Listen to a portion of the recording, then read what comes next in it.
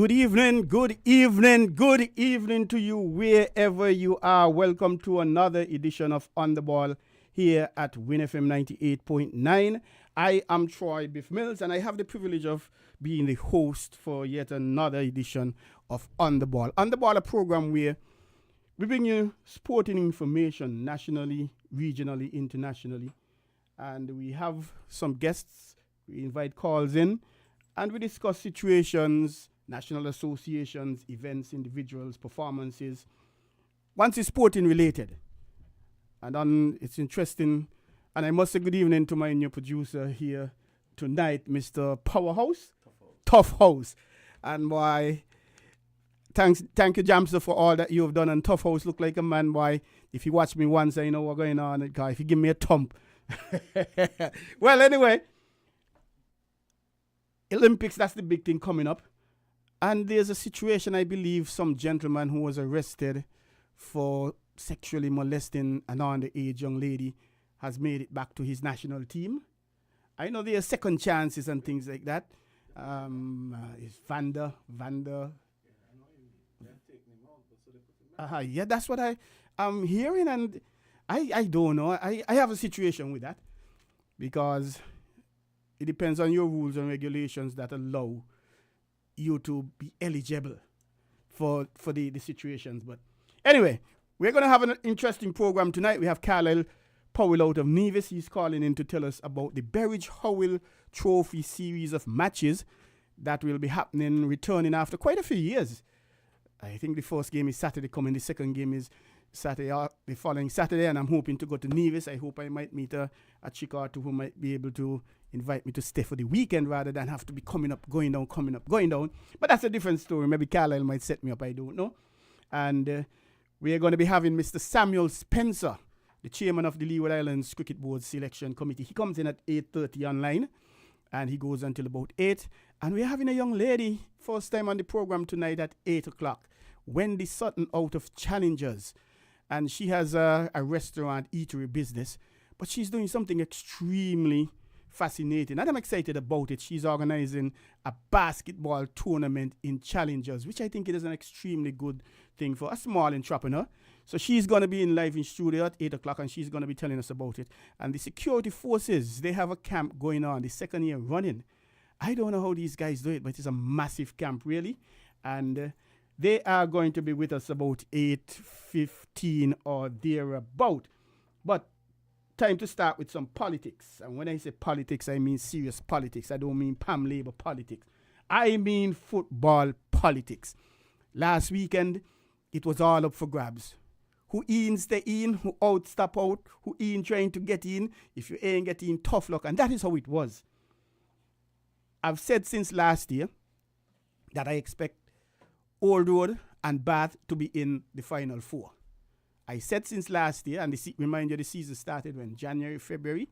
I also said some big teams, one or two big teams, depending on Bath and Old Road getting into the Final Four, will be out of the Final Four. I also said there will be wailing and gnashing of teeth. And I don't know, maybe I'm supposed to be a man of the cloth. I don't know with my prediction, because the defending champions will not have a chance to defend their championship from last year. Rams Village Superstars, they are out of the Final Four. They didn't make it. They lost out by and when I say 1 point. So they're out, and I think they're to be going to, is it Curacao? To be participating in the Caribbean Club Championship sometime this week, next week. And it would have been nice for them to be going, knowing that they would have made it. Then there's the psychological thing, because they did not make the Final Four. They'll go there. Two separate things, two separate situations. But the mind is fragile, the mind is fickle, and I'm not certain how that's going to work out. But before I get deep into the program, I must say happy birthday to everyone who's celebrating birthday today. And I must also say happy anniversary to those who are celebrating happy anniversary. And congratulations to those who are celebrating whatever. Whether you got on your boyfriend and your girlfriend and your bicycle and your pen, I don't know, and your house and your job or promotion. Whatever it is you got, congratulations to you. And those who are celebrating between now and next week, Wednesday, we say happy birthday and happy anniversary in advance to you and those who celebrated between last week, Wednesday, and yesterday. We say happy belated anniversary, happy belated birthday to you. And of course, this is On the Ball brought to you by WINNFM 98.9 every Tuesday from 7 to 9. And we're still in search of a sponsor or some sponsors. And we encourage you, the corporate community, to come on board and discuss with us. And we will be able to make a package, whatever for you, to suit your pocket and ensure that we help to drive customers through your doors. Give us a call, 466-9586, and somebody in the marketing department will be certain to meet with you and come up with a solution. Or you can call me, Troy Biff Mills, 668-2055. And I welcome you to give us a call in on the program, 466-0989, or you can call me via WhatsApp, 668-2055. Of course, we have a Zoom link if you prefer, but we could always set you up if you call on WhatsApp or regular. And if you're too shy, something like me, too shy to call live on the air, you can send me a WhatsApp and I'll read it for you. As we await Mr. Carlisle Powell, who should be calling in anytime just now. SKNFA Premier Division. Regular season finish. Trafalgar South Stars, I must say kudos to them. They have maintained a perfect record for the year. All the teams have played 18 matches, and Trafalgar South Stars, they ain't even walk away with a point. They ain't even scrape through a draw. They lost all the matches. I have to check the FA to find out when last that happened, if it has ever happened. So they're at the bottom at 0. Garden Hotspurs, after flirting with relegation last year, after getting away with well, it wasn't really they defeated Mantab in the playoff 4-1. But they managed to survive by the skin of their teeth, by the skinny tin. But that wasn't the case this year. They are goners. So Garden Hotspurs, they played their 18 matches, 3 victories, 7 drawn matches, 8 losses. They accumulated 16 points. So both them and Trafalgar South Stars, they have a first-class ride to the first class next year. Honda Newtown United. This is probably the team with the club with the richest history in the Premier Division. This year they find themselves in the 8th position. And they've been floating there for the last few years. 6, 7, 8. They've been in there. Well, 6, 7, 5, 6, 7. They've been missing out and play out. But this year, they find themselves in a playoff spot. Not at the top, but at the bottom. Because they're 8. They've had 7 victories, 2 drawn matches, 9 losses. They accumulated 23 points. So they are going to be playing the 3rd place in the 1st division. And things tight down there like a vice grip. We have Saddlers. We have Mantab. We have Dietbe. But I think Saddlers in the best position.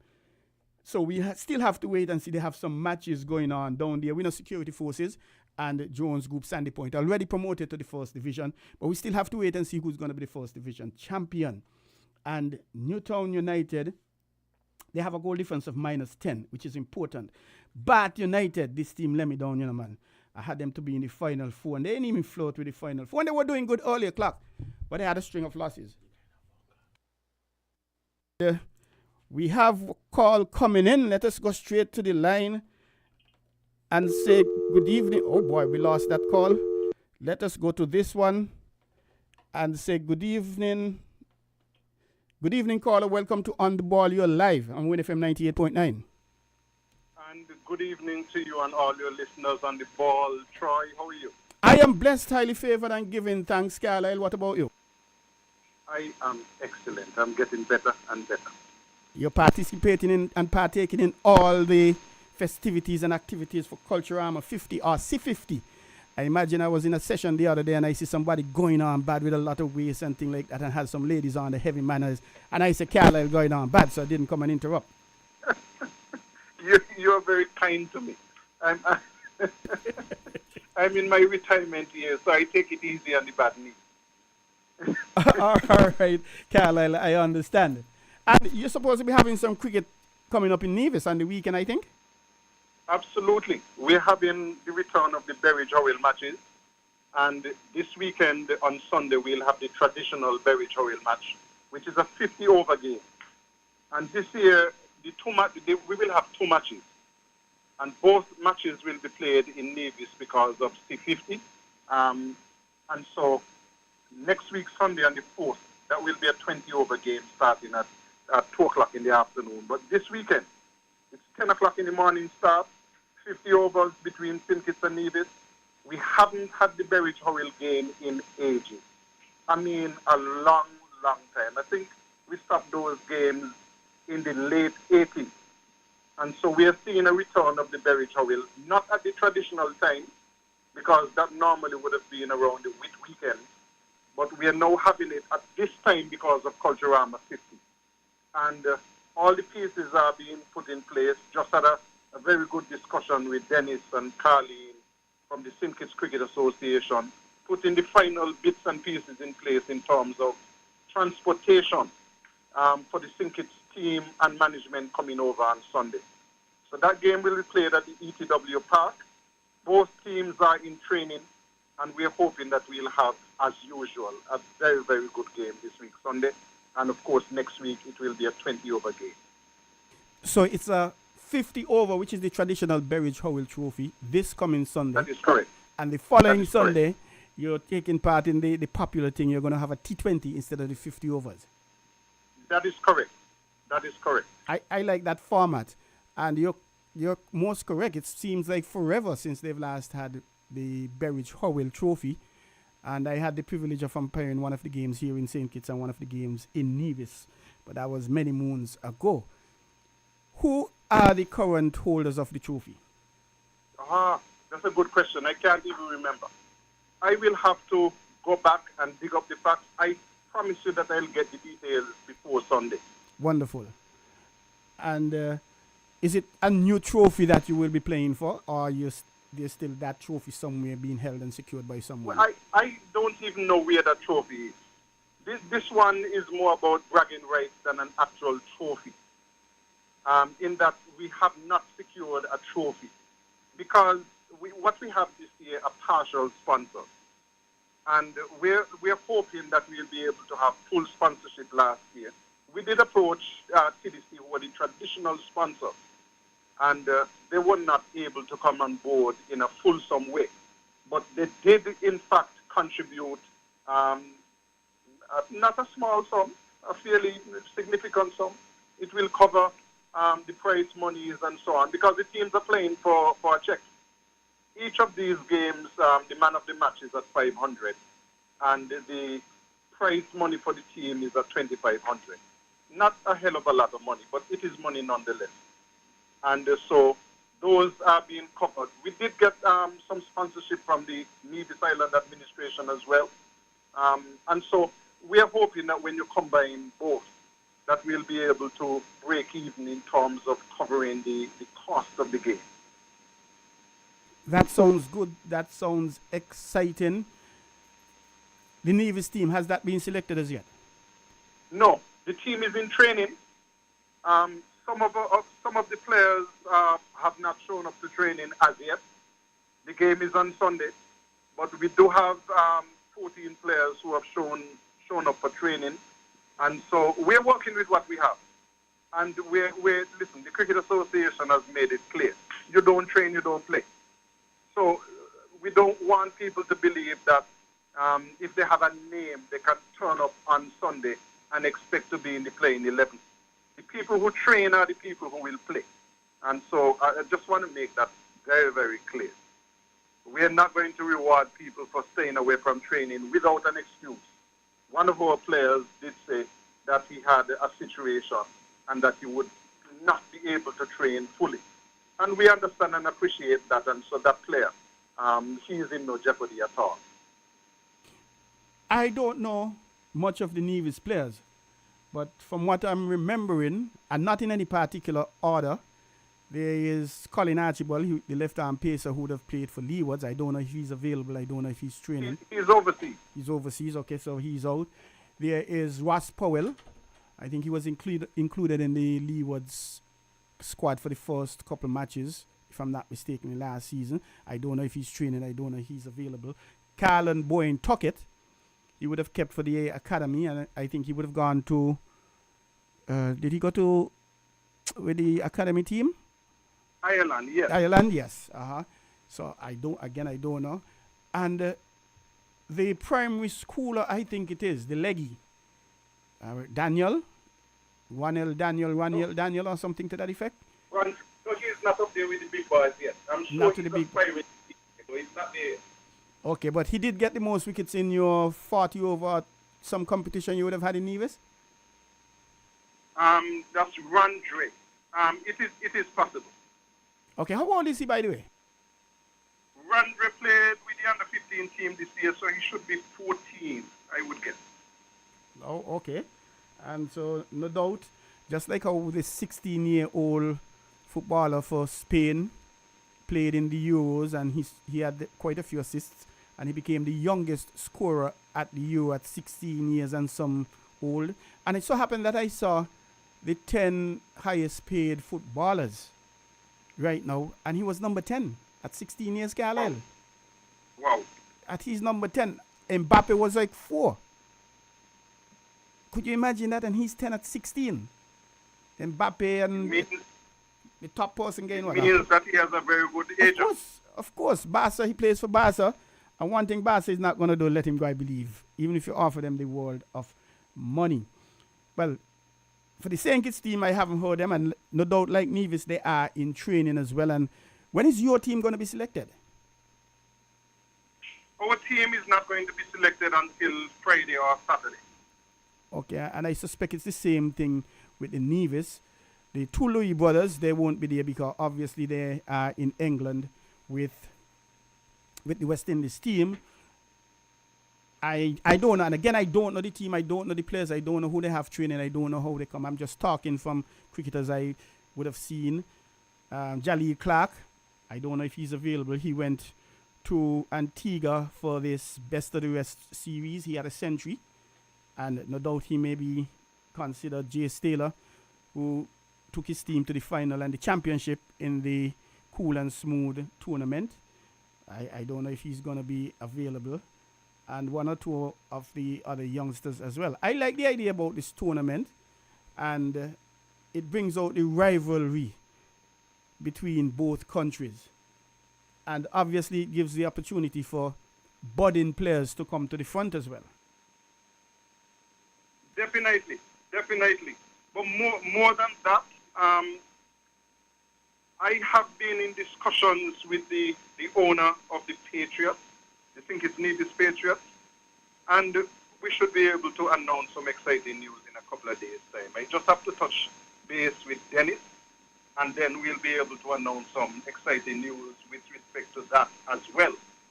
Because what I can say to you is that we're looking, the Patriots have requested that they be allowed to look at the talent that we have.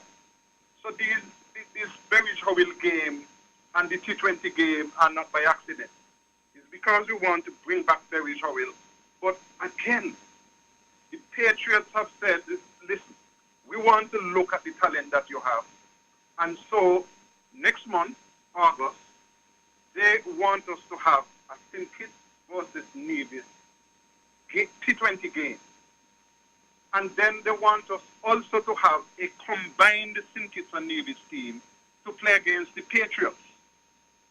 So we will be able to, once I touch bases with Dennis, we will be able to give that exciting news. But this is what we have been asking, both St. Kitts and Nevis Cricket Association.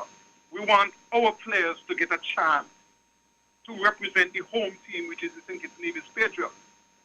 So when you say St. Kitts play Nevis, Patriots will get a chance to look at the game. And then right after that, a combined St. Kitts Nevis team, which would feature the best of the players who played in that first game, will play against the Patriots. And listen, this is all we want. Once we create the opportunity for our players, it is up to them to grab the opportunity and say, listen, I want to play one-day cricket for the CPL. I really thought, Carlisle, you were saying with respect to the Patriots that between yourself and Dennis, you were able to negotiate and have Jeremiah Louis be included in the Patriots squad. Because I'm really heartbroken, Carlisle. I'm elated that Kyle, Michael Louis, he was drafted into the St. Kitts and Nevis Patriots. But we have a player with the West Indies team, and he doesn't have a team to play with. To me, something is seriously wrong with that. And it was it today I was reading something there like 4 or 5 Antiguans in the Antigua and Barbuda Falcons, and they're still trying to get Alzari Joseph, who is with St. Lucia, and Cornwall, who is with the Barbados Royals. Because in my humble view, and I might be wrong, but no, they say my humble view, I'm not seeing St. Kitts cricket or the having Patriots here in St. Kitts. I'm not seeing how it is assisting, how it is helping the development of cricket and the young cricketers, particularly in St. Kitts. But that's just my humble view. I might be wrong. And I respect your opinion. And yes, all of us want to see more players from St. Kitts and Nevis in the Patriots team. But I suppose it takes a little bit. This is the first time that I met the owner. We had a sit down for about half an hour. And I think since we had that meeting, things have been, and that's just on the weekend gone. We have had, his people and I have had follow-up discussions. So I'm sure that we are heading in the right direction. Because, listen, people don't understand fully that our facilities are owned by government for the most part. So we have to get permission from them to use the facility.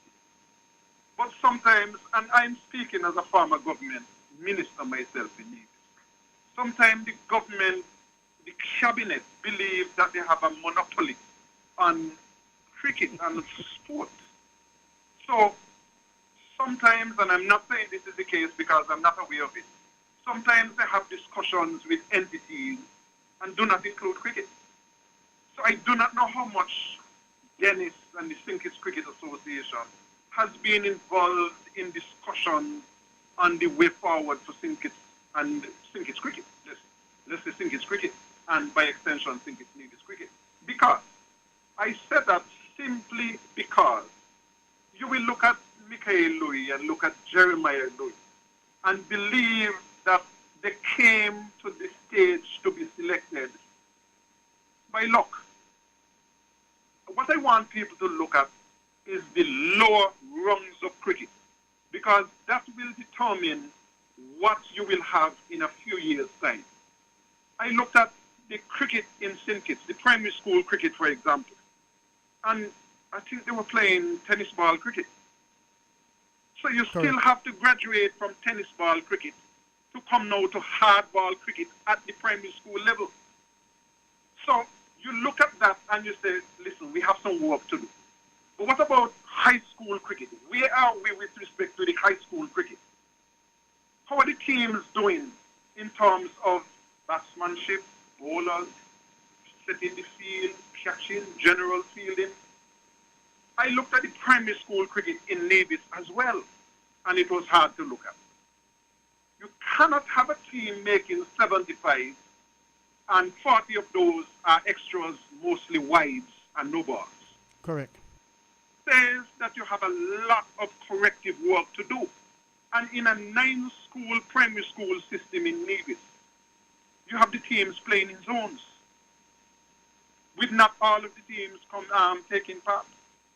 But you have them playing in zones, which means that one team in a zone where you have, suppose 7 of the teams participated, one team will only play 3 games.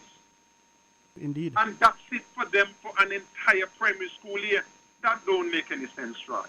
Correct, I agree. We're going to have to go back, involve the people who manage, who run, who understand the cricket, and get them to come up with ways to improve the cricket. Nevis cricket was strong in the 90s and early 2000s because we had a vibrant under-15 and under-19 program. Those teams were solid teams, and so they sent players straight through to Leeward's under-19, under-15, under-19s, sent team players right through to Nevis team. So Stuart and Carly and those players made the team at age 16. And that was the norm. How many quality players we see coming through from St. Kitts and Nevis? And until we understand and correct that problem, we're going to struggle to produce quality players at the top level. That's most correct.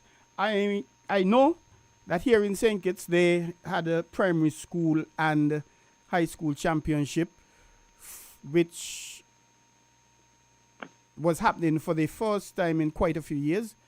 I think, if I'm not mistaken, St. Paul's, I think, won the primary school, and SEMS, Charles E. Mills, who was actually LaShawn Bergen, he was the captain. They won the high school championship. And I think they also played the softball, windball, as they call it, in the primary school.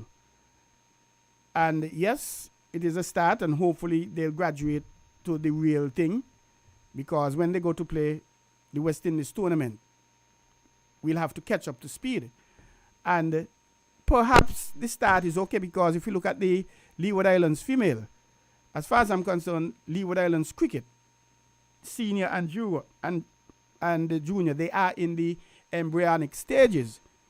But the Leeward Islands on the 19 female, I think last year they didn't win any matches whatsoever. And this year they won 3-4 matches. They lost 2 or 3. But they were second. They played Guyana in the finals, and they were second with Jazara Claxton, the captain of the Leeward Islands tournament, Leeward Islands on the 19 female, she being declared as the MVP for the tournament.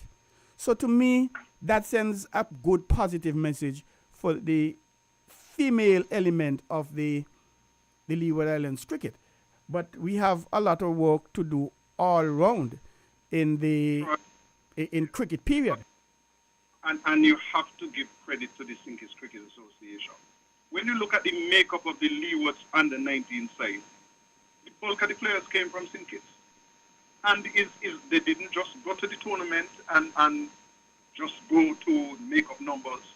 The coaches have been doing a lot of hard work with the players from St. Kitts, which is one of the reasons why when Stuart Williams reached out and said, listen, hey, Powell, I'm back home, I'm not with the Leewards anymore, I have a major concern with female cricket and with the age group cricket.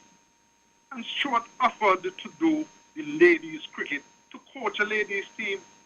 He invited players to come to the park. He puts out a program every week, and the ladies have been participating.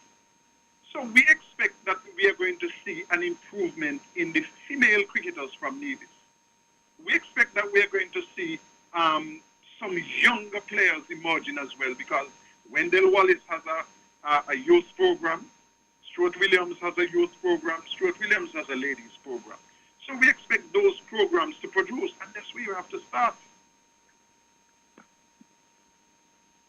Carl, and that's Carlisle. And we really want to grasp all the opportunities. We have just a few more seconds. However, so any final words that you want to reiterate and remind us of? Yeah, man, I want people to come out to the game on Sunday. Berry Towel cricket is back. Cricket is being played again between St. Kitts and Nevis. And so we're inviting people to come to the E.T. Willett Park Sunday.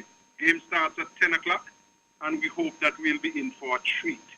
All of those persons who are home from abroad, who haven't seen cricket in ages, come to the E.T. Willett Park on Sunday. Let us have some fun. Let us enjoy good cricket, and let us see how we can develop cricket between St. Kitts and Nevis. Thank you very much, Carlisle. Congratulations to you and the organizers, both in St. Kitts and Nevis, for having reintroduced the Berridge Howell. And we wish you well. I'm hoping that I'll be able to be over there come Sunday. God spare. So best wishes to you and the organizers. Thank you very much, Troy. Thanks for having me. My pleasure. You're listening to On The Board here at WINNFM 98.9. Heard every Tuesday from 7 to 9. We just had an interview with Mr. Carlisle Powell, the president of the Nevis Cricket Association, who was telling us about the reintroduction of the Berridge Howell Trophy, which in the past it was a 50-over series. One game in St. Kitts, one game in Nevis, traditionally played on the Whit weekend. But this weekend, because of C50, has been changed up a bit. There will be 2 games, both in Nevis. One will be a 50-over game coming 10 o'clock this Sunday at the E.T. Willett Park, and I'm hoping Godspeed I'll be able to be there. And the other one, the following Sunday at T20, all at the El Comido T. Willett Park. And we're now going to move straight into our next guest, who is live with us via the technology, Mr. Samuel Spencer of Antigua and Barbuda. He's the chairman of the Leeward Islands Senior Cricket Selection Committee. Good evening, Sam. Welcome home. Sam, you're there? You're hearing me? Okay, just give us a second, ladies and gentlemen. Sam, you're hearing me?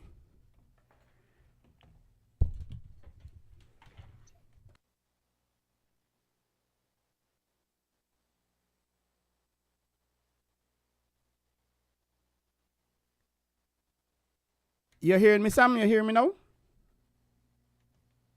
Sam?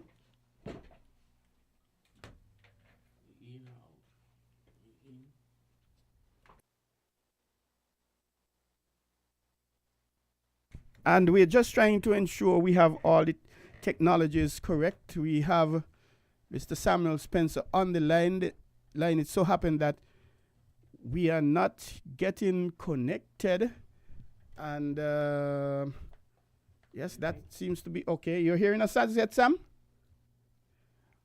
Okay. Stick and stay, ladies and gentlemen. Don't go away. We're going to just run the ad for a second while we try to sort this out. And we're going to get back to you in a few seconds.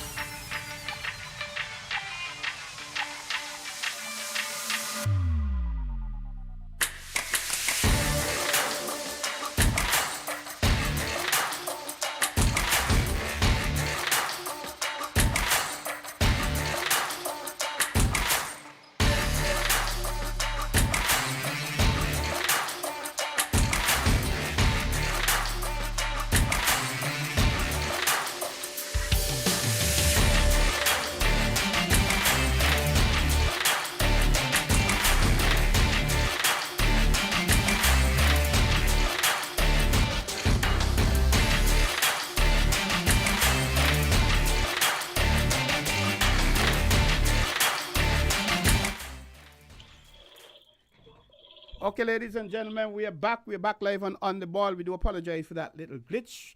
We have been trying to connect with our special guest, Mr. Samuel Spencer, chairman of the Leeward Islands Selectors Committee. And Sam, are you hearing us?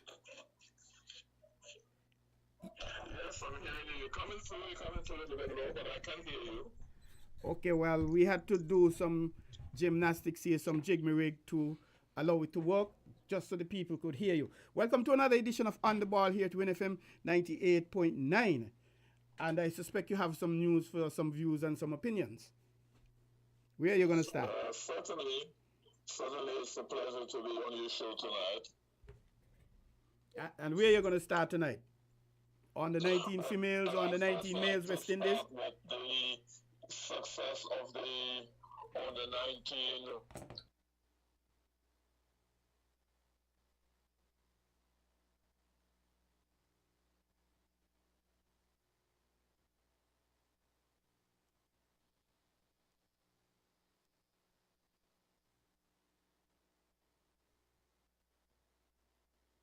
Jazara Claxton.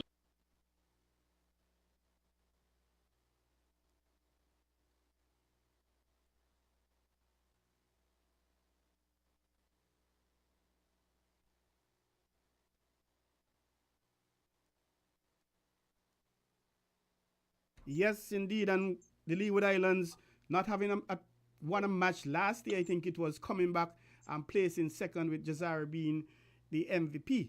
And interestingly enough, they announced a tournament 11.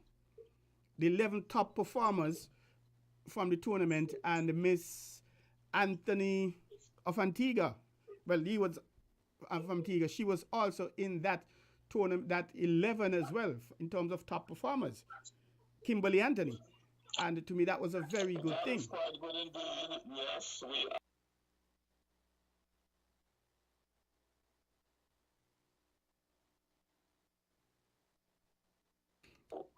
unfortunately.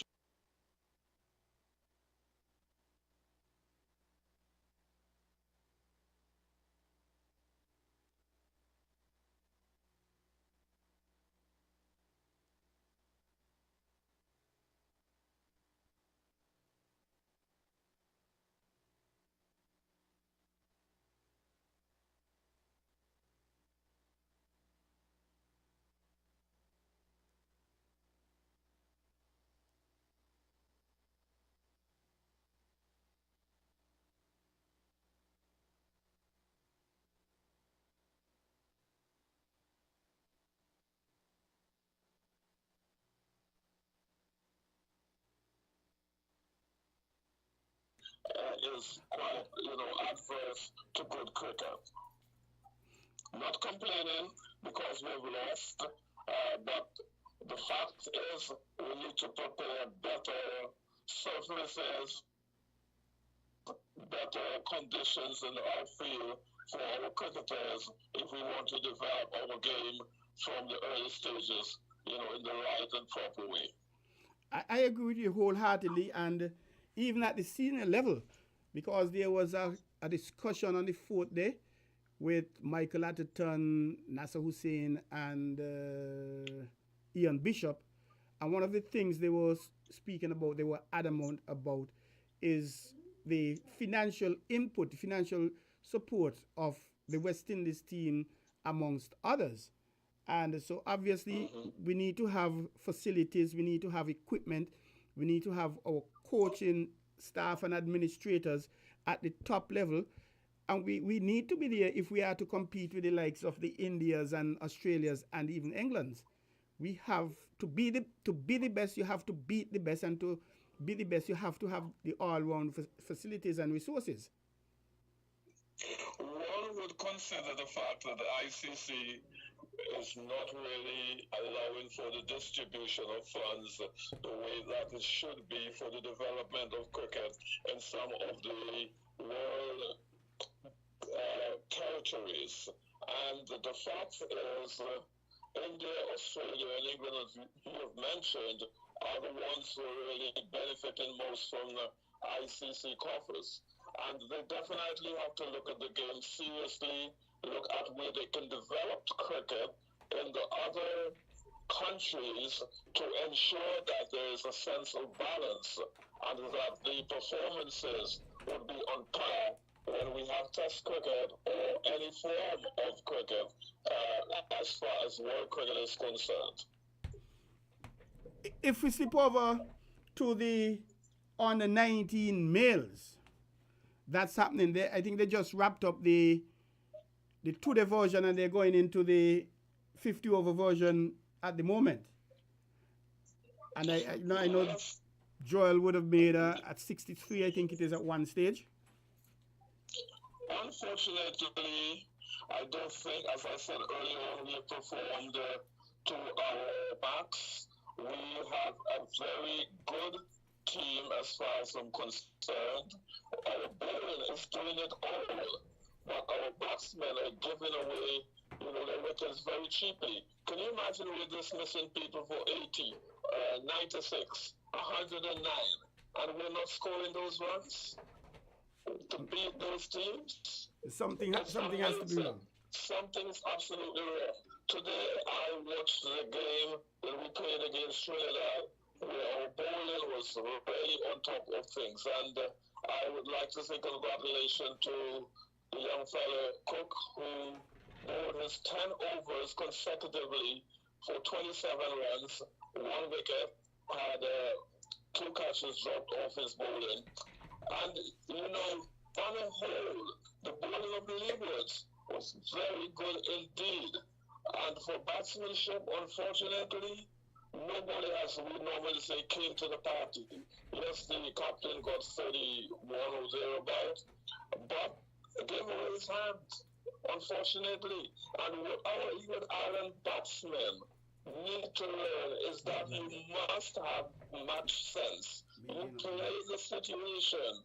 You don't think that you're bigger than the game and you just go out there and just do as you please. It's hurting our under-19 batting, and that throughout the tournament, when we played the 2-day competition, that in itself cost us to place 4th. Can you imagine? Yes, last year we were horrible, but this year we were in a position to be 2nd at least. And unfortunately, we just did not play good cricket as far as our batting is concerned. And it's a cause of concern for me because when we look at the other teams that are playing in the competition, man for man, we are, in terms of cricketing skills, we are better. But it's just that we are not using match sense. We're not having the kind of cricket sense to know when to do certain things. And that is why I keep harping that we must teach cricket in our schools. We must. It should be part of our curriculum. And I am seriously concerned, Sam, because there seems to be some consistency with the, well, you said cricket sense, for want of a better expression, with from the senior team West Indies to the under 19 to the under 17s, etc., come down the under 15s, male and the female. The injudicious shots we are playing, our decision making. You see players looking good, playing good, and all of a sudden, out of the blue, they're going to play a rash shot. So, and that is something, whether you're going from the test team to the under 15 or the under 15 up to the test team, is male or female, is something I seriously have a concern with. And I'm putting it comes down to head. We are losing matches not by the skills, but by head decision making. Bowling short, bowling wide.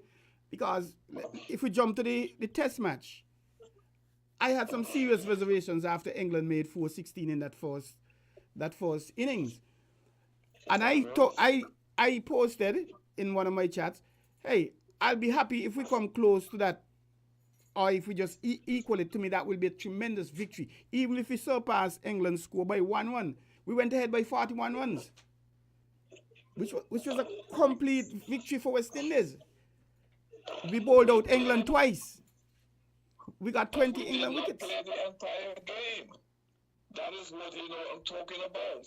We did not play the entire game. We played practically 3 innings of the game, and that's why we lost the game. We were in a position even when we took up the chance to bat in the second innings when we were some 50 or 60 without loss. And then we collapsed. Can you imagine being bowled out in a session Exactly. in Test cricket after you scored over 400 runs in the first innings? And for 80 something Something is runs. definitely wrong. For 80 something runs, because you're right, we were 61 without loss. The first wicket went down at 61. And Exactly. and I think if it's one player who's going to get a lot of bashing, I believe, and justifiably so, it's the captain. He has 90 test matches. I suspect almost more than everybody else put together. And we have rookies, so to speak, at number 2, number 3, number 4, number 5. And he is batting at number 1. I believe his job as a batsman is to steady. He's opening with Kyle, talk to Kyle, see Kyle through the first session or whatever, see Kyle to 50 or 100, whatever the case is. Kyle out, the youngster comes in, Mackenzie. His job now is to say, hey, Mackenzie, you're not going to stay here until lunchtime and tea time, and we talk and develop. He out, and Athenaeus comes in at number 4, the same thing. He out, what the name comes in at number 5. Kevin Hodge comes in at 5. So he is supposed to be there with all those 5. Not he's going first wicket or he's going second wicket. That doesn't help the team. You're right with that. I mean, it's not even serious that a player will be in full form and score big runs. But, for a period of time now, our captain have not really produced the goods. And it's the cause for concern. One of the issues that I have with him is the fact that he scores very slowly, very bad deliveries, he failed to get them away. I've been saying many times, rather than trying to drive with extra cover in middle, he tries to tug the ball to middle, killing the shot, not a good play down the ground.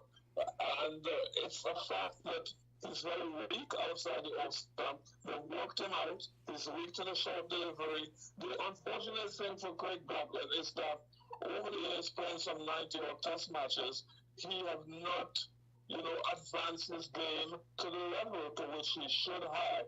He should now be seen as our premier batsman and performing to the max. I think that bowlers at this point should fear him. But, it's a pleasure to bowl to him. I've said that over and over again. You just need to have a wicket keeper and the slips and ball off stump, leaving him, and there it goes. And now it's evident also that the short deliveries are giving him some serious problems. I would not blame him alone, but most of the burdens, most of the blame have to be cast on him. I feel that our young batsmen are giving away their batting. Some of them are maybe not accustomed to batting as long as it requires in Test cricket. I've often said if you score 50 or 60 or 70 in the first class game, that's about 25 runs in Test cricket. If you spend 3 hours at the crease in the first class game, you may just only spend an hour if that long in Test cricket. The level is much higher, and we've got to convince our players that they need to watch a lot more tapes. They need to go out and work on their weaknesses as players, and just ensure that they understand the importance of cricket to the West Indies people. Yes, when they do perform, we are high. We sometimes say West Indies is turning the corner, but that is not true. We haven't turned the corner at all. And even though we were very good for half of this test match, or maybe almost 2/3 of the test match, unfortunately, we fell down and fell down badly. Indeed, and I feel it for the host, because early o'clock on the 4th day, when England was batting still, I think, they made the announcement that tickets for tomorrow are going to be free, which would have been the 5th day. Because, one, the way how England was batting, they expected England to be out shortly. And 2, with West Indies making 440 at the first innings, they expected the West Indies to put up that again to go into the final day and perhaps even go down to the the T to the last session to determine a winner, it was unlikely the game was going to draw, in my view. But no sooner than they made the announcement, yes, West Indies gone to bat, and like you say, they're all out for 80-something runs because there was 60-something without last and then 149 for 10. And the thing about it, I think the coaches have a brilliant opportunity to work with Kyle because 3 of the 4 times he got out, it was twice behind caught by the keeper, another one in the slip. So whether he's not bringing across that right foot enough, maybe he's not picking up where his off stump is, I'm not certain. But that's something the coach will have to work on. But I know you have to slip away just now, but before you slip away, what are your predictions for the final game? Any changes? I would say because we've lost both matches, we should look to give opportunities to others to play in the final match. Because the experience of playing in England may not come again pretty soon for some of these players. So even if we lose the game, I would say we'll give everybody on tour in the 14 or 15 an opportunity to play. Unfortunately, I will have to leave this program now because, as I indicated to you earlier on, I do have a program that starts at 8 o'clock, and I'll be happy to join you next week, given the opportunity. Yes, Sam, and I do apologize, and we went a little lengthy with the first guest, and it was very good information, and thank you for taking time out nonetheless, and you're correct, you did indicate that you have to leave at 8 o'clock, perhaps 8:05, and we appreciate you being with us nonetheless. Thank you. Okay, so always a pleasure. Okay, indeed. Thank you. That was Samuel Spencer, Mr. Samuel Spencer of Antigua and Barbuda, the chairman of selectors for the Leeward Islands. I guess I'm speaking in advance because I do expect him to be the Leeward Island, on the West Indies selection committee shortly. You're listening to On the Ball here at WINNFM 98.9, and we're going to take a break. We invite you to stick and stay. Don't go away. And our next guest is live in the studio, a lovely young lady, and we are going to be talking some basketball just now. But stick and stay. Don't go away, and remain with us here at On the Ball with WINNFM 98.9.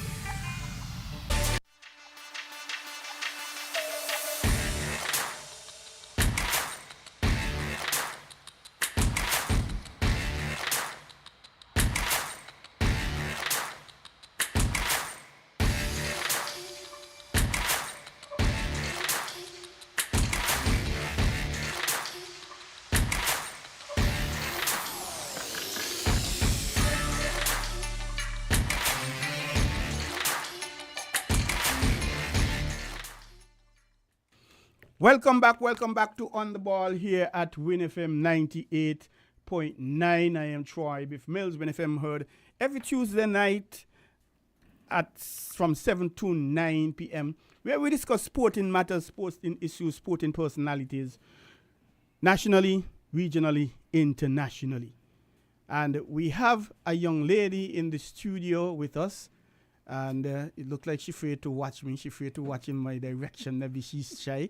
And she has such a beautiful smile. Good evening. Welcome to On the Ball here at Win FM 98.9. Welcome to the studios of Win FM 98.9. Hi, good night. It's the pleasure that Troy Biff Mills introduced me to come and speak on this radio station. I was delighted when he messaged me, and I am so happy and grateful to have this opportunity to come and hear my views. My name is Wendy Sutton, owner of Wendy's Eatery Bar and Snack It, located on Challengers Hard Court, and I am from Challengers. Wendy Sutton. You said Wendy's Eatery at Challengers? Challengers Hard Court. So I could stop there and get lunch and breakfast and dinner anytime? Well, it's only open on the weekend, Fridays and Saturdays only. Oh, from what time? On a Friday, like of school close, I open like from maybe 5 o'clock, go right down, depends on orders. Now, you're organizing some sort of basketball. What's the connection between the eatery and the basketball? What gave you the idea to organize this basketball competition? For me, as a starter, I grew up in Challengers, and basketball was one of our sports that we come up and face, and we organized a team that was called the Challengers Exodus. So that was my inspire to love basketball.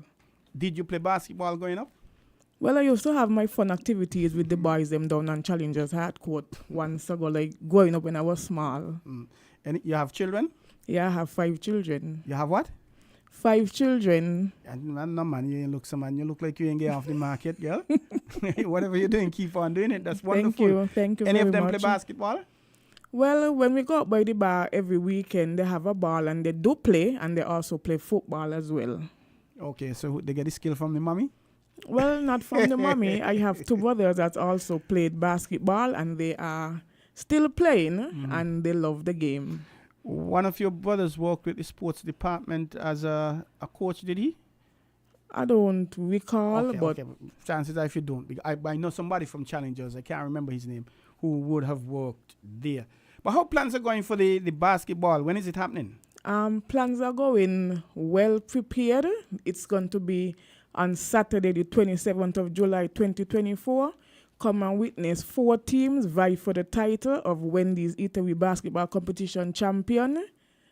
And the plans are going fairly good enough for me for now. Everybody is excited. Can't wait for the games because they are already saying who's going to be champion and who's going to win. That's wonderful. So it's going to be a one-night competition or yes, something? it's just a one night game, ballerama kind of thing. Just a little competition to mark off the 3rd year anniversary of opening the small business Wendy's Eatery Bar and Snack It. Well, that's a wonderful idea. I like the idea. And your teams again, how many teams and the names? There are 4 teams: Challengers, Old Road, Sandy Point, and Just Ball. Just Ball. Just Ball, that's from the Challengers region? Just Ball is a town that my brother gave to me from town. Oh, from Sandy Point? From town. Oh, you mean Bastia? Yeah. You have to get it right, when you say town, I know you're talking about Sandy Point. Well, Bastia. You have to get this thing right. So you're going to have 4 teams, and how long are going to be the games?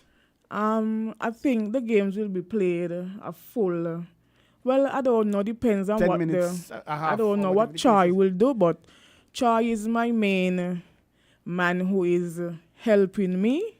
So he will be coming to referee, and he's going to bring 2 guys with him to help with the games. When you say Troy, you got to be careful. What's his surname? Not Troy Biff Mill, Troy Roberts. Oh, okay. You got to be careful because people might think it's Troy Roberts. Troy Roberts. Okay, then I understand that. That's a wonderful thing. So he's responsible for the technical elements of the game. Yes. Is there going to be an entrance fee? Well, the court is open free to anybody. Anybody, welcome all, come one all to Challengers Hard Court, and it's a free entrance, nothing to pay. Just come, there will be a well-stocked bar, lots of prizes and giveaways. So, yeah, come and witness who is taking home the Wendy's Eatery first place trophy and who is going to be MVP and who will have the most points. So you have, well, that brings me to the other question. So apart from the winning trophy, is there a trophy for second place at least? Is it for Yes, second? it's a first place trophy. First place will get a first place trophy along with a case of drink. Second place is a second place trophy along with a case of drink. And third and fourth place will get one case of brewery drinks. Each. Okay, and any monetary Well, contributions this year as yet? For now, there wasn't any monetary contribution because I am a small business just starting to ripe, as everybody knows me. So if we have it again, come next year, whenever we choose to have it again, it should be bigger and better and lots more in store, and we sure gonna have monetary gifts. You mentioned MVP and some other thing. There'll be gifts or prizes for those persons? The MVP will get a Wendy's Eatery most valuable player trophy, and the most points will get a Wendy's Eatery most points trophy. Okay, you mentioned something. You come like you're reading me list here, you know, because you mentioned if. Because the question was, it's a good idea this year. Are you gonna have it next year? Are you gonna have it every year? with the plans going and the hope for the future, my brother and I, we are looking forward to host another one where it will be better come next year. Do you see it expanding from just a one-night activity to perhaps a full-blooded league? For future going forward, it sure looks so to me because we had one up to last year and it was quite exciting. It was packed with people. Didn't even expect some other people would have been there, but we had a grand time and the guys played and they played their heart and it was a lot of fun. Yeah, it was a lot of fun. Well, I got to go see if I could buy some sneakers and try to make out for the Sandy Point team. But well, you could come on down. But you have some powerful teams. Sandy Point, they would have been that's the team from the Premier Division. Well, I don't know. It's one of my friends. They call him. Okay. I don't know his correct name, but for my going, his name is Junjun. He was one of the person that I contacted to get the two teams along with my brother. And Old Road. Old Road is the team that won, I think was... The A Division. Yes, I think it's that team coming. They were in the wilderness for some years. They played and then they took a sabbatical and they came back and they mashed up things.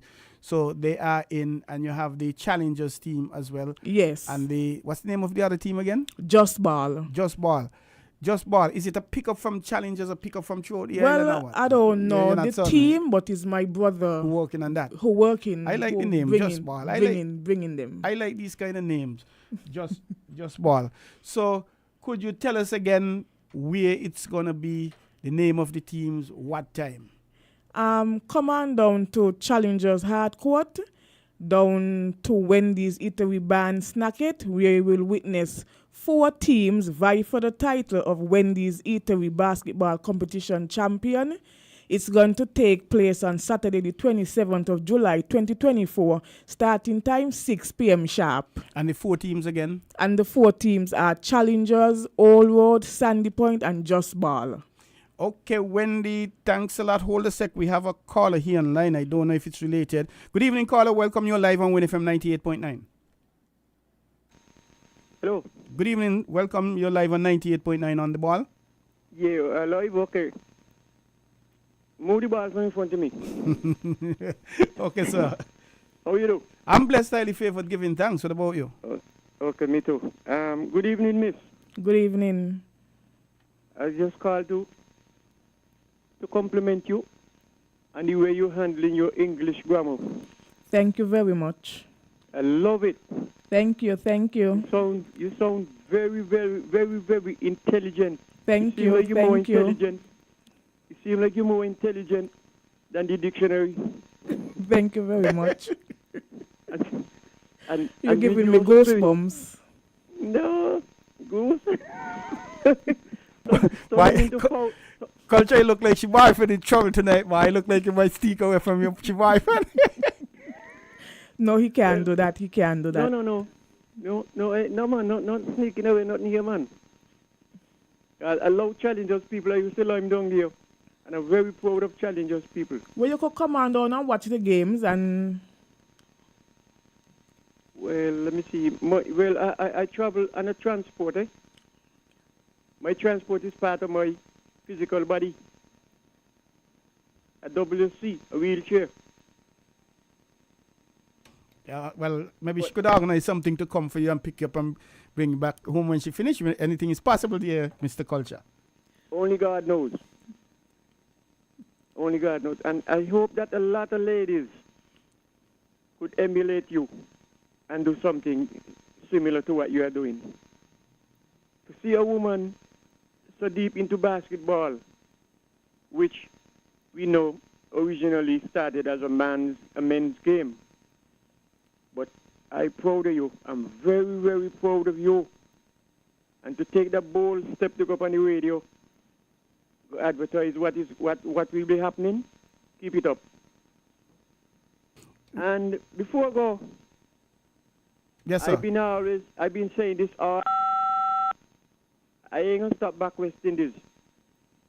And Michael Louis, he got a lot of good things to put out to the public.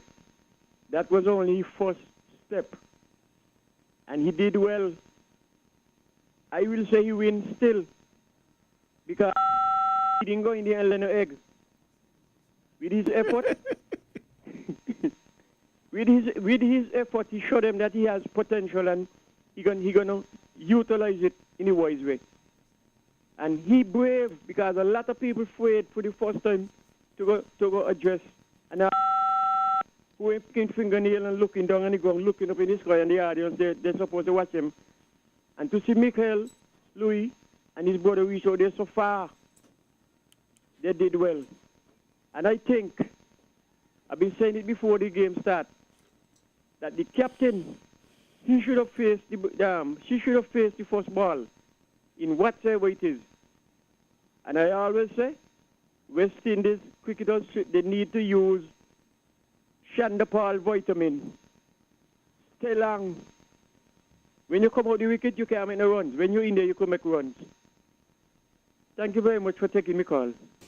Thank you very much for calling, Culture. We appreciate it, and thanks for the compliments for the young lady. Right. I don't know why you got smiling from ear to ear, why, Culture. All right, all the best. Yeah, okay. You're listening to On the Ball here at WINNFM 98.9, and we have with us in the studio Wendy Sutton of Wendy's Eatery down at Challengers, and she's organizing the inaugural basketball competition, a little ball-a-rama, as it were, for 4 teams in at the Challengers. And the games will be at the Challengers hard court, right there on the main one. Nobody could miss it. Remind us of the teams again. Remind us of the date and the time, please. You can come on down to Challengers hard court on the 27th of July, 2024. And the game starts at 6 p.m. sharp. And the teams are Challengers, Old Road, Sandy Point, and Just Ball. Come on down and witness exciting basketball. And of course, there's no admission fee. No, it's an entrance of free of cost. But if somebody want to give a little thing to go towards the expenses, they can do that. Yes, you can also donate to Wendy Sutton. My number, you can reach me at 665-4628. Whatever the little you have, you can give it. Repeat the name. Repeat the number again, please, Wendy. My number is 665-4628. And it was indeed a pleasure having you with us here at WINNFM on the Ball 98.9. And we look forward to having you again in future. And we look forward to the expansion of this Wendy's Eatery basketball competition. I thank you very much. All right, thanks a lot. You were listening to Wendy Sutton of Wendy's Eatery here at WINNFM 98.9 on the Ball. I really like this initiative, and I encourage other small business entrepreneurs to get involved and do likewise. Our next guest is here, so we say thanks again to Wendy for making it. Stick and stay, don't go away. We will be right back.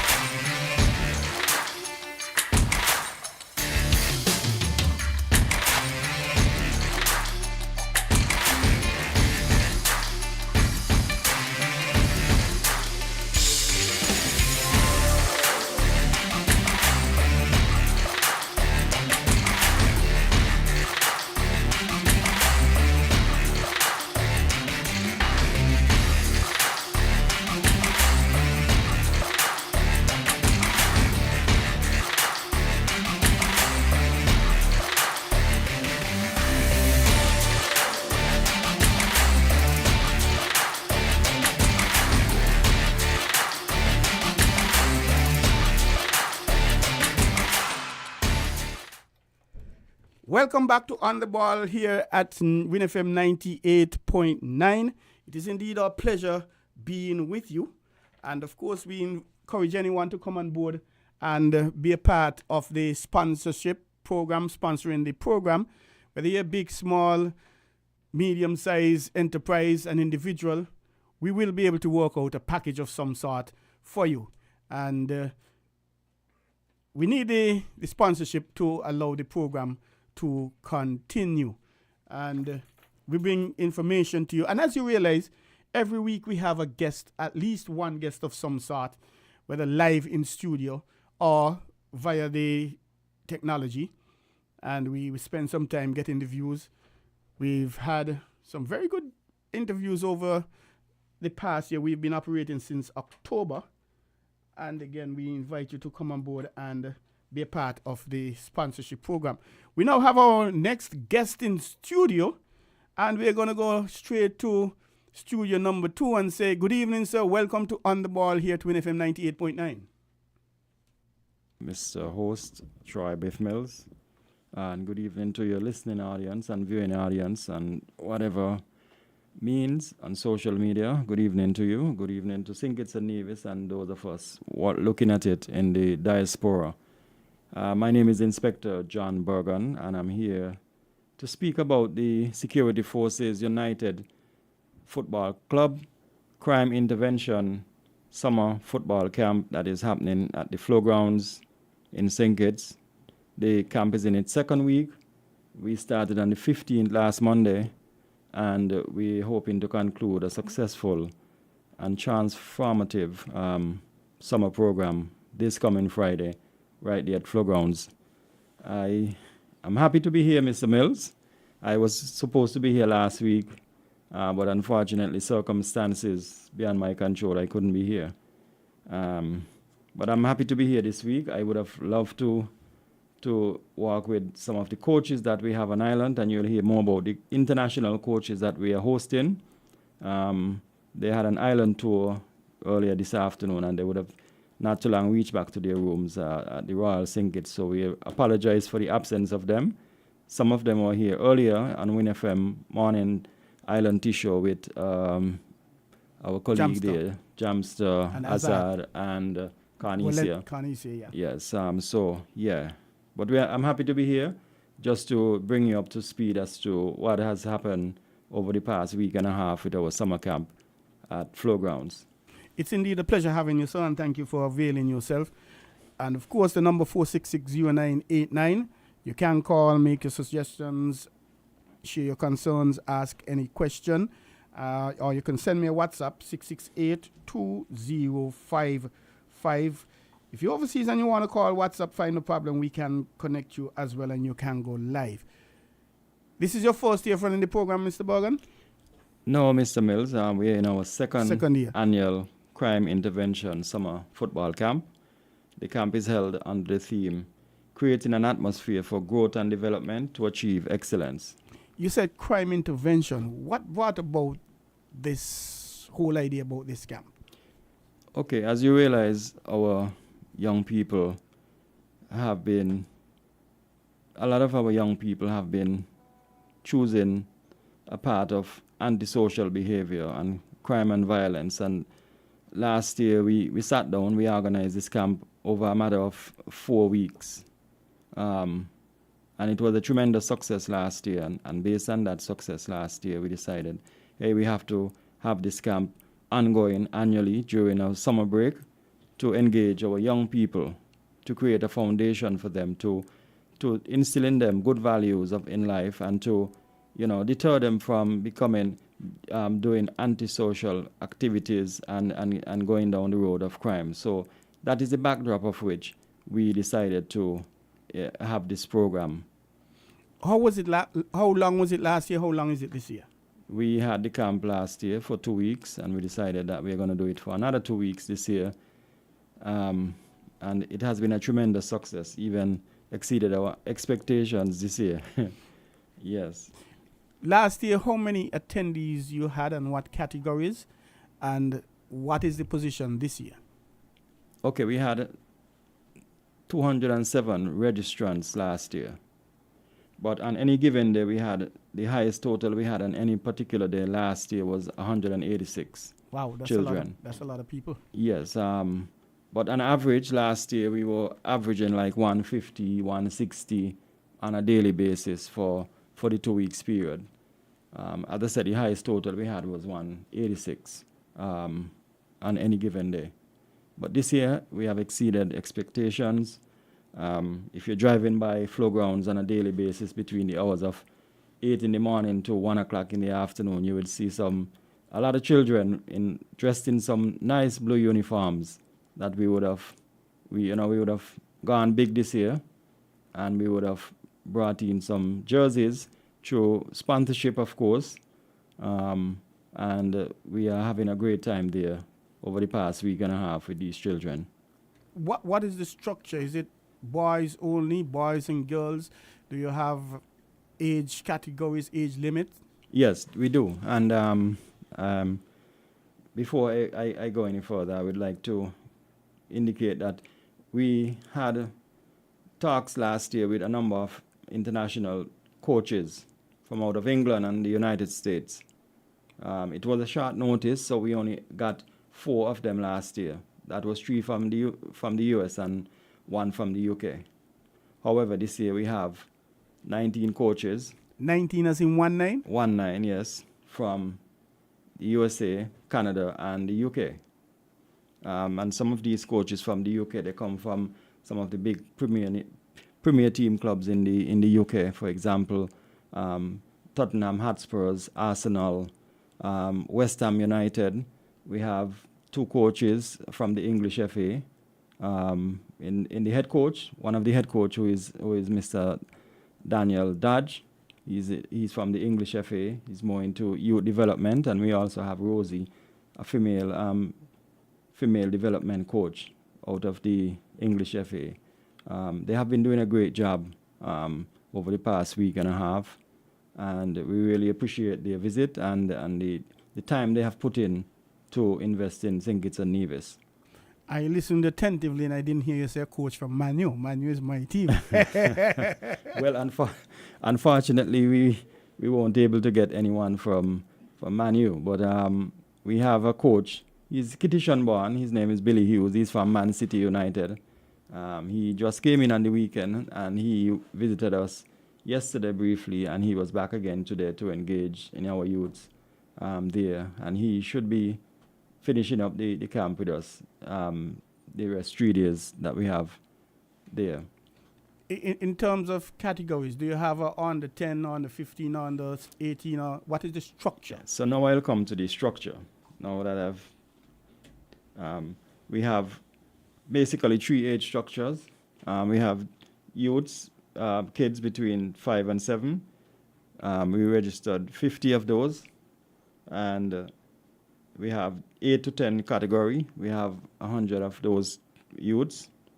And then the bigger children, 11 to 17, we have 120. So in all, we have 270 children in our camp this year. Wow. On a daily basis. As a matter of fact, it was overwhelming yesterday and today.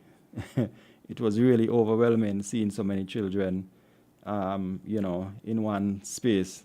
I was saying to Mr. Dan Dodge earlier that we are outgrowing the space there at Flow because, as you know, school closed 2 weeks ago, and right after we have the camp, some children were in other camps last week, and so we had another 40 would have come in the doors yesterday and today,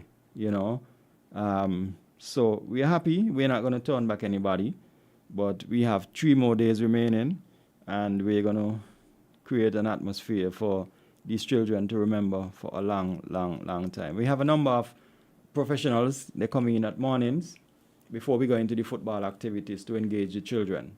So we had professionals like Peter Jenkins, former Football Association president and businessman, business entrepreneur. We also had Michael Martin. He's the CEO of the CI Citizen by Investment. CBI, Yeah. we're having, I think tomorrow we're having Dawn Williams. She speaks more to finance. She's the CEO of First Federal Credit Union. We also had the police traffic department to speak about road safety, traffic tips. And also we're going to be having the police national intervention team. They have been partnering with us in a great way. And we believe that the police national intervention team, headed by Woman Sergeant Charmaine Odean, is doing a great job in that unit. And they have come on board with the Security Forces United Football Club to, bring that intervention aspect to our youths. As you know, the Security Forces is a dynamic club that is developing very fast in St. Kitts and Nevis.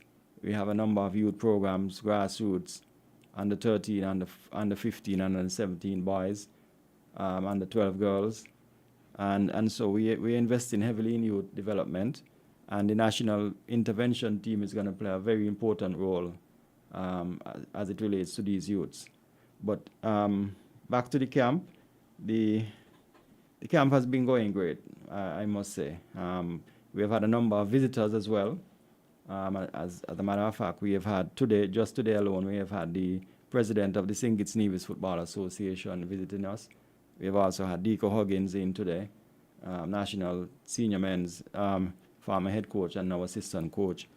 We have also had the sports minister visiting, Honorable Samuel Duggins, and the director of sports, Mr. Jeffrey Pedro Hazel. A number of other persons we're expecting. As a matter of fact, tomorrow the Prime Minister should be visiting us. Wow. And engaging the youths. And so it's been a tremendous experience over the past 2 weeks. Tiresome, yes, but, we're doing it for our children's future. This is a heavy ram-packed program you have, and you're talking about some heavyweight guests: the Prime Minister, the Minister of Sport, the Assistant Head Coach, the General Manager for the First Federal, Peter Jenkins. He has a leadership program going on at CFBC, former president of Correct. the SKNFA and former secretary of the Leeward Islands Cricket Association, a very, very powerful gentleman.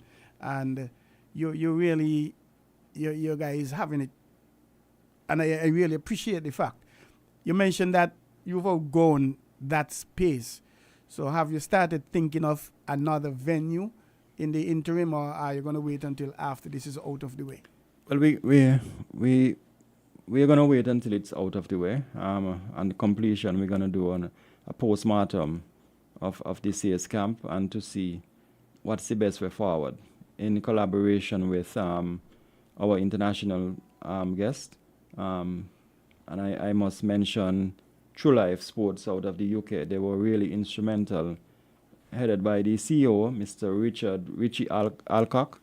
He's the CEO. He was here a week with us. He spent a week with us. He had to go back to England to deal with some personal business. And so we want to say thanks to Richie for putting this group of coaches together to bring them to St. Kitts and Nevis to deliver this summer camp this year. We're expecting that this camp will grow in leaps and bounds. As a matter of fact, we have had outreach from a number of other persons in the diaspora. Some of our national players who are in England, they want to be a part of this camp come next year. They're just hearing about it. And so we have had coaches also from Aston Villa and other United States coaches who have heard about this summer program and want to be a part of it next year. So we're expecting a team of over 40-something persons next year, God's willing. And we're looking forward to billing out, a decent summer program for our youths, not just to say we're having a summer football camp, but to create a pathway for our youths, right? And so this program is going to continue in years to come. True Life Sports out of the UK is on board with us now, and so they are making a pathway for our youths here in St. Kitts and Nevis to get out there into colleges, to get professional tryouts, and that is what we're looking for our youths here in St. Kitts and Nevis. Unfortunately, the camp was supposed to go to Nevis.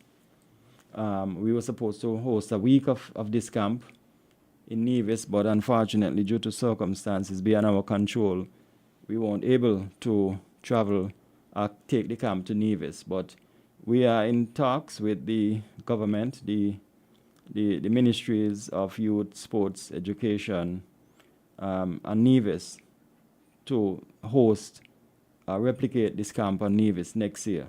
Because when you look at it, summer, a lot of these children doesn't have anything to do, right? Football is a vehicle that can transform life. Football is life.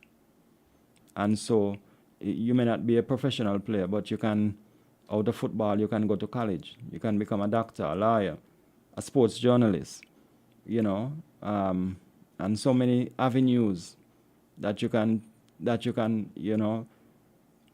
get from just being in football. So that is the aim, and that is the vision and the mission of the security forces, to transform lives here in St. Kitts and Nevis, create this pathway through our international networking partners. And so we're going to continue to build on this summer program. This program is going to continue after the summer camp finishes this week. We are going to sit and we're going to try to see how we can have a continuity. So we have 270 children in the program presently, and we're going to see how we can engage them on a weekly basis, bringing them back, engaging them with their life skills, of course, activities, and also football activities. Right? So this program is going to continue, and those of you who didn't get to come to the camp, we are going to sit and we're going to try to see how we can partner with our partners, the Football Association, Sports Department, our business partners, to see how we can make this happen. It may not be all in Bastia. It can be, while it's happening in Bastia, it's happening in Kearn, it's happening in Sandy Point, it's happening in Sadlers. So it's just a sit down and to see how we can build out a program that is continuous, rather than just bringing them summer and then dropping them. That is not the idea. We want to continue, and that is what we're going to push for. Mr. Borgen, excuse me. I'm really excited about this program, and I'm seeing this program in this next few years being an extremely big and massive thing. The $1 million question: how much is this program costing? I don't know if you're at liberty to say. Well, as the head coordinator, the local head coordinator for this program, I can tell you a program of this magnitude cost over 250,000 EC dollars. That's a $250,000 EC. $250,000 EC to pull off a program of this magnitude. As I said, we have almost 20 international coaches. We have 270 children on a daily basis. You do the maths and you will see how it reaches that astronomical figure. But it's worth it. It's going to pay off in the long run for a lot of our youths here in St. Kitts and Nevis who never had an opportunity to venture outside of St. Kitts and Nevis through football. This program is geared towards that. And we are going to see through over the next 3, 4, 5, 10 years down the road. A lot of our children are going to benefit by just walking through those gates at Flow Ground. I am the president of the St. Kitts and Nevis Table Tennis Association. So obviously I'm here thinking, what and how could the SKNTTA work with you and your organizers to perhaps have some coaches come in, and that program is extended not only with your football and not interfering with your football program, but spill off into table tennis. And I'm even thinking perhaps spill off into cricket.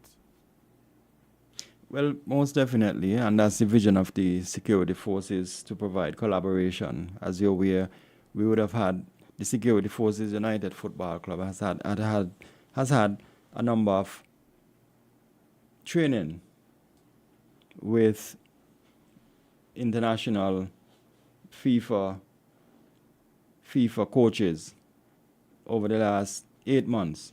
We have had a number of training sessions with coaches from different disciplines. For example, we recently had a 4 days new generation coaching course with coaches from different fraternities. For example, the St. Kitts Nevis Netball Association. We would have reached out to the Table Tennis Association, but it was a bit late, so that didn't happen. We had coaches from the sports department of various disciplines, and of course football, and that was a tremendous success, and we're gonna build on it going forward.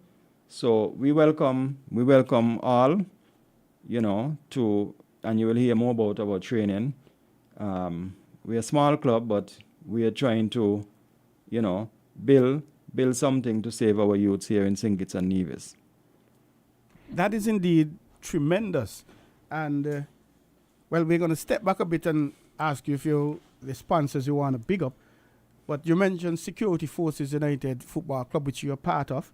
And congratulations on being promoted to the Premiership for next season, even when you had 3, 4, 5 matches to go. And looking at the stats, I am thinking that you basically have 3/4 of your foot on the First Division Championship, because if I'm not mistaken, you've played 16 matches. You're at the top of the table, 16 matches, 12 wins, 3 drawn games, 1 loss, and you have 39 points. So you could reach 45 points with your 2 remaining matches. Jones Group Sandy Point, who have also been promoted to the Premier Division along with yourself, they have only played 17 matches, so they have 1 more match to play. You have 2 more matches. They have 11 wins, 3 drawn matches, 3 losses, 36 points. So were they to win that 1 remaining game, they would go up to 39 points, and you are already on 39 points. So even if you were to lose your 2 matches, I don't think you're thinking about losing them, but let us say you were to lose them, you remain on 39 points. So it'll come down to goal difference to determine who is the champion. And according to what I'm seeing, you would have scored 54 goals. You had 14 scored against you. And from the records, you're the stingiest All difference team. of 40, yeah. You're the stingiest team in the first division in terms of allowing goals to score. And as a matter of fact, you have a goal difference of 40. So provided that you don't lose those 2 games too badly, and provided that Jones Group of Sandy Point they don't win that game too big, according to a former trade president, too bigly, then you could end up winning the championship on goal difference, were you to lose your 2 matches. Yes, and I want to thank you for the congratulations. A lot of work have gone into this season. It wasn't easy, but a lot of work has gone into this season. When we got relegated to Division 1, having competed in last year's Premier Division, it was not a good feeling, and we had to go back to the drawing board. We recognized that the challenge ahead of us, even before the division, the league had commenced. We know who we are up against and who our opponents were, and so we went ahead and started to put a plan in place. We won the first round. As you're aware, we were top of the first round, and then the club made a tough decision by bringing in a new coach. It was not taken very well, of course, to be on top and to part ways with the coaches. But at the end of the day, the bigger picture was taken into consideration, and the new coach for the Security Forces United senior men team is Mr. Congo Jeffords, IRI. We're on the verge of winning another championship in Division 1, and we are hoping that on Friday we play Molineux to seal the deal and seal the championship in that game, right? Respect to all the clubs, but we didn't come this far to start to fall back, and so we have to take care of business. On Friday we'll do that, and then we back in the Premier Division for good this time. I remember last year when you played your last match and when you were relegated, you told me you're not only going to come back to the Premier after this season, but you're going to win the first division. And this was your last match last year, 2023. And so far, you're true to your word. I'm very much impressed with Molyneux, the strides they've been making this season, because in the past, the records are there. They've been losing matches by default, 4, 5, 6 players getting 7, 8 nil and things like that. And they find themselves in the mid-table this year. So something are keeping Molyneux. And the coach Kevin and his team, the technical and administration team, they will have to be commended highly for what is happening. Well, of course, I want to commend Molyneux as well for the development that we have seen over the last season. They have really put some good games together, and have dropped some games that they should have won. They should have been better in the point standing than where they were, but that's how football goes. Sometimes you have a good game, sometimes you have a bad game. But big ups to, and as a matter of fact, the coach that we lost, he's now the coach for Molyneux. And so we're looking for great things from Molyneux, if not this season, next season, because he's a good coach. And we want to see Molyneux contend for the Premier Division one day. You know, they have a lot of youths over there, and they have always had good youth teams where normally, you know, we have seen some of their players go to the bigger Premier clubs because, you know, organization, structure needs to be worked on. But we're looking forward to a good game on Friday for Molyneux. We're going to bring our best. We see ourselves at the Premier club. And as you rightfully say, when we got relegated last year, our main objective was to get back to the Premier. Because the future and the vision of the security force is not just St. Kitts Nevis. It's regional and international now. So we see ourselves in a few years from now to win the Premiership in St. Kitts and to compete in the Caribbean Football Club.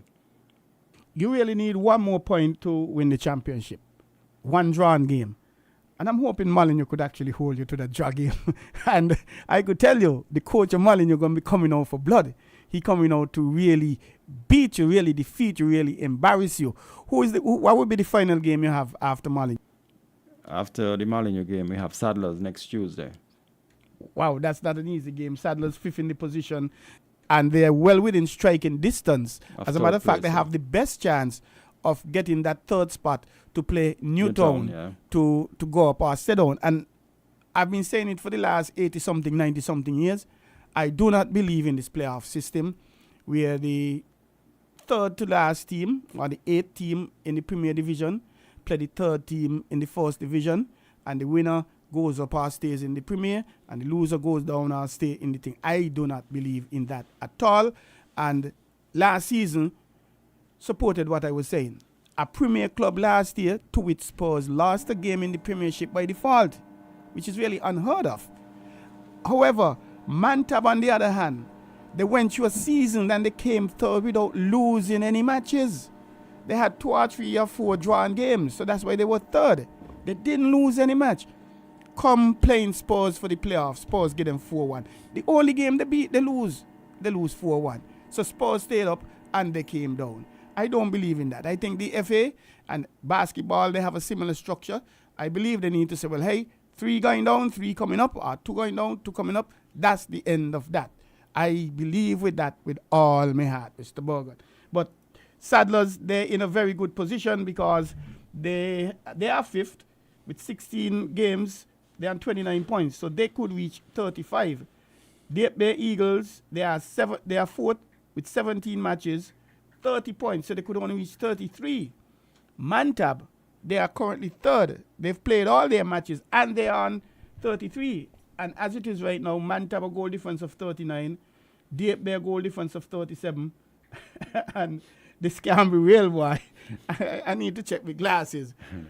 Fast Cat Standards got a goal difference of 50, 5-0. They score 60 and 10 against. So once they get to 33 points, they're going to be playing off in WINNMedia, but they could get to 35. So, but congratulations to you and your team again. Going Thank up you. as we're about to wrap up, going to back to your program in terms of sponsors. Who are some of your sponsors you have? Well, of course, a program of this magnitude $250,000 easy. need a lot of support. And I personally want to say thanks to the Office of the Prime Minister for really coming on board this year and last year as well to making this summer camp happen. We could not have had this camp this year without the intervention of the Prime Minister. So I really want to say thanks to the Honorable Prime Minister, Dr. Terence Joe, for really, and he's a Man U fan too, I understand, Mr. Mills. Of course, the PM got class, man. Man U to the world. He's a Man U fan, I understand, and he really made this camp a reality this year for us. We were really stretched in terms of financing. We were getting a lot of no's from the corporate partners who were on board with us last year, and so without the Prime Minister's intervention, we would not have had this camp this year. And it so happened that he's the Minister of National Security. He's the Minister of National Security as well. Thanks to the Commissioner and the PS for National Security for their support. I really also want to thank True Life Sports in the UK for really, being patient. We were down to the wire in terms of getting their airline tickets down to the wire like a week before, So I really want to thank the True Life Sports agency for, coming on board and bringing so many coaches to bring their knowledge and skills to St. Kitts and Nevis. The Police Intervention National Team as well, they have been a strong partner with us. They have, as a matter of fact, they have been dedicated to the camp for the 2 weeks. Every morning they're there to, bring some form of intervention sessions or, to keep the children them quiet until they presented us there. Okay. Thanks to also CASCAB, Kittishan Hill, Sandy Point Benevolent Society, and all the corporate sponsors who came on board to really, really support us. We want to thank you. I want to thank the volunteers who have been going above and beyond every day, putting in the work to make this camp the success, and to the campus as well. Thank you for choosing our camp this year. We really, yes. And the parents as well. Thank you so much for your support.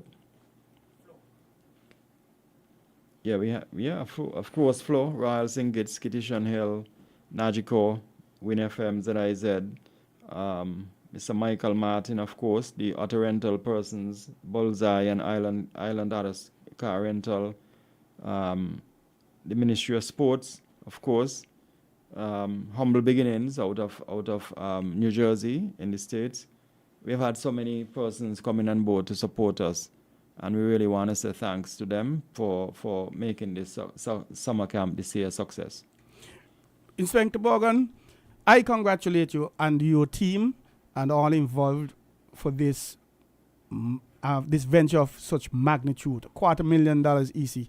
That ain't a lot of money on any day of the week, especially when you're going to be doing something like this. And for 200 plus children, which keeps on going, and chances are you're going to get 300 plus next year, maybe 400. I commend you highly, you and your team. I congratulate you on this program, and indeed wish you success, wish you all the best, not only for the intervention program, but for security forces in the premiership. Thank you so much, Mr. Mills, and good night to all.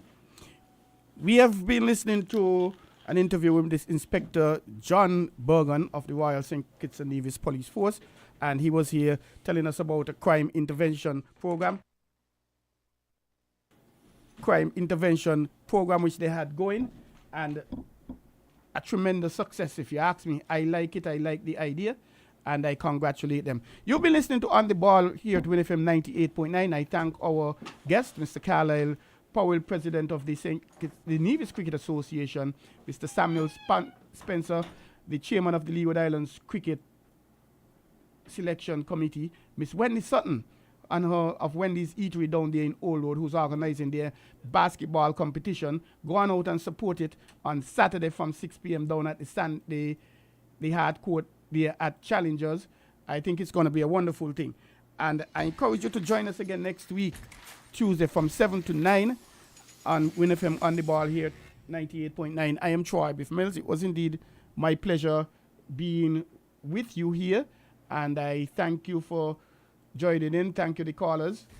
And as I slip away, always be positive in your thoughts, in your words, and in your actions.